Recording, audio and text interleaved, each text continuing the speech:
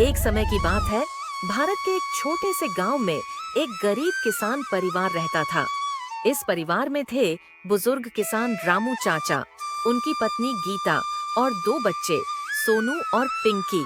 रामू चाचा के पास थोड़ी सी जमीन थी, लेकिन वह भी बंजर थी, सूखी और पथरीली। बारिश नहीं होती, बिजली नहीं होती और सरकार से कोई मदद नहीं मिलती। गांव के लोग मजाक उड़ाते थे, इस जमीन से तो झाड़ियां भी नहीं उगेंगी।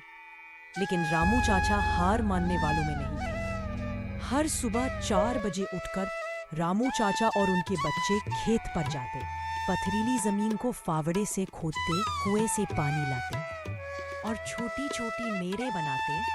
माँ गीता घर पर रोटियां बनाकर सबको भेजती। पिंकी और सोनू स्कूल से आकर भी खेत में मदद करते। गरीबी थी, खाने को कभी आधा पेट खाना। एक बार अचानक सोनू बीमार हो गया। इलाज के पैसे नहीं थे। रामू चाचा ने अपनी एकमात्र गाय बेच दी।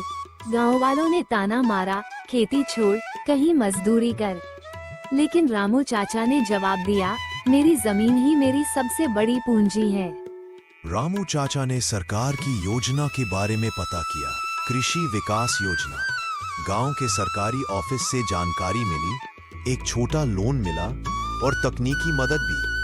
धीरे धीरे उन्होंने टपक सिंचाई लगवाई, गांधी कृषि केंद्र से बीज लिए और जैविक खेती शुरू की। 1 साल बाद वही बंजर जमीन हरी हो गई।